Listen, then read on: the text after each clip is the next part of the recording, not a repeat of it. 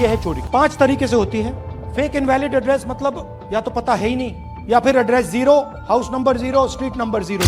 जिस तरीके से बिहार में शुद्धिकरण का काम किया गया और बहुत सारे आरोप लगे, तो और राहुल गांधी ने, नेता विपक्ष हैं, उन्होंने वोट चोरी तक का आरोप लगाया और फिलहाल वो कोलंबिया घूम रहे हैं। ऐसे में आप कितना सीरियस उनके आरोपों को लेते हैं और उनके एटम बम, नाइट्रोजन बम और हाइड्रोजन बम से आयोग कितना घायल महसूस कर रहा है? राहुल गांधी के आरोप एक बार फिर बिहार में छाए रहे। बिहार चुनाव की तैयारियों की समीक्षा को लेकर चुनाव आयोग की टीम 2 दिन की पटना दौरे पर है। रविवार को सीएससी ज्ञानेश कुमार की अध्यक्षता में प्रेस कॉन्फ्रेंस का आयोजन किया गया था। इस दौरान ज्ञानेश कुमार ने कहा, बिहार में 243 विधानसभा क्षेत्र हैं और विधानसभा का कार्यकाल 22 नवंबर 2025 को खत्म हो रहा है। उससे पहले चुनाव संपन्न करा लिए जाएंगे।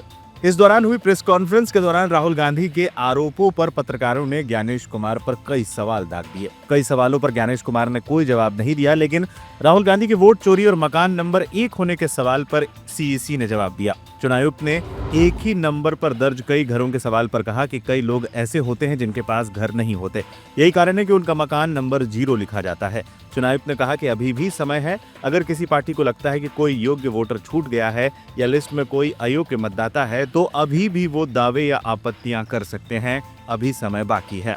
जिन लोगों के पास अपने घर नहीं होते या जिन लोगों को पंचायत या म्युनिसिपैलिटीज ने कोई घर का नंबर नहीं दिया होता है, तो या तो आसपास के घर का नंबर देते हैं और या कई बार 0 लिख देते हैं। इसीलिए इसमें विचलित होने की कोई बात नहीं है, क्योंकि जब बूथ लेवल ऑफिसर किसी भी व्यक्ति का इन्यूमरेशन फॉर्म लेता है तो उसके ऊपर दावे और आपत्ति जताने के लिए हर पॉलिटिकल पार्टी के बूथ लेवल एजेंट्स मौजूद होते हैं। एसआईआर पर लग रहे आरोपों पर और इसकी टाइमिंग को लेकर पूछे गए सवाल के जवाब में मुख्य चुनाव आयुक्त ने कहा, जहां तक स्पेशल इंटेंसिव रिवीजन चुनाव के पहले कराए जाने के निर्णय की बात है, तो अगर आप लोक प्रतिनिधित्व कानून के हिसाब से अगर चलेंगे तो रिवीजन हर चुनाव के पहले चुनाव आयोग को कराना लॉफुल है और लॉ के अंतर्गत कराना ही होता है। किसी का ये कहना कि रिवीजन चुनाव के बाद होना चाहिए, वो न्याय संगत नहीं। बताते चलें, चुनाव आयोग ने 2 दिवसीय दौरे के दौरान पहले दिन राजनीतिक दलों के प्रतिनिधियों के साथ बैठक की। उसके बाद सभी जिलों के डीएम, एसपी, डीआईजी और आईजी के साथ बैठक की। वहीं दूसरे दिन 3 सत्र में प्रवर्तन एजेंसियों के नोडल अधिकारियों, बिहार के मुख्य सचिव, डीजीपी और विभिन्न विभाग के अधिकारियों के साथ बैठक की। प्रेस कॉन्फ्रेंस के दौरान ज्ञानेश कुमार ने कई महत्वपूर्ण जानकारियां भी दी। हम सबसे पहले भारत के सभे मतदाता के अभिनंदन करता नहीं,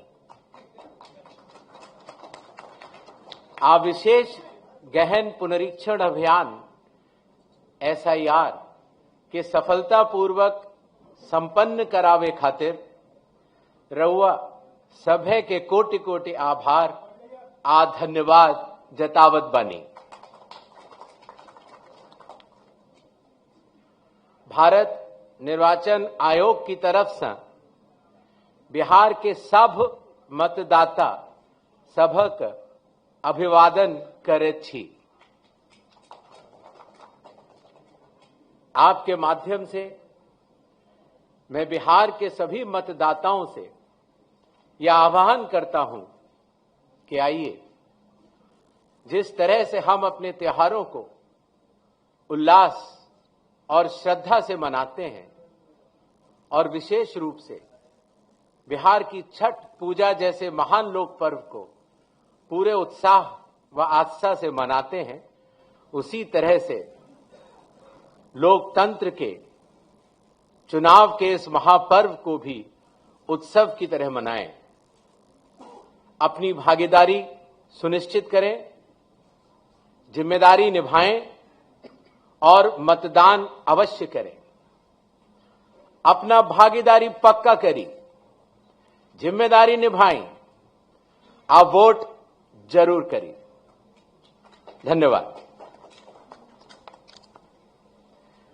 अब हम आपके समक्ष एक छोटी सी प्रेजेंटेशन देंगे जिसमें कि बिहार के आने वाले इस चुनाव में जो चुनाव आयोग ने नई पहलें की हैं, जो कि अब देश भर में भी लागू होंगी, उनके बारे में हम आपको बतला सकें। नेक्स्ट। बिहार में 243 जनरल कॉन्स्टिट्युएंसीज हैं, एसटी 2, एसटी 38। नेक्स्ट। बिहार के विधानसभा की कालावधि 22 नवंबर तक समाप्त हो रही है और उसके पहले ही चुनाव संपन्न होंगे। पूरी चुनाव आयोग की टीम पिछले 2 दिनों से बिहार में है। हालांकि इसके पहले भी हमारे वरिष्ठ अधिकारी पूरे बिहार का दौरा कर चुके हैं। आने के बाद सबसे पहले चुनाव आयोग ने बिहार की सभी मान्यता प्राप्त राजनीतिक दलों के साथ बैठक की। बिहार के सभी डीएम, एसपी, एसएसपीज, आईजी, डीआईजीज, कमिश्नर्स के साथ साथ सभी एनफोर्समेंट एजेंसीज के हेड और नोडल ऑफिसर्स के साथ भी मुख्य निर्वाचन अधिकारी Bihar, state police nodal officer और सीएपीएफ के नोडल अधिकारियों के साथ बैठक की और उसके बाद बिहार के मुख्य सचिव, बाकी सचिव के साथ भी बैठक हुई, डीजीपी से के साथ बैठक हुई और अब हम आखिरी चरण में हैं। जो सब कुछ हुआ उसका ब्यौरा आपको देकर फिर हम लोग वापस दिल्ली प्रस्थान करेंगे। नेक्स्ट।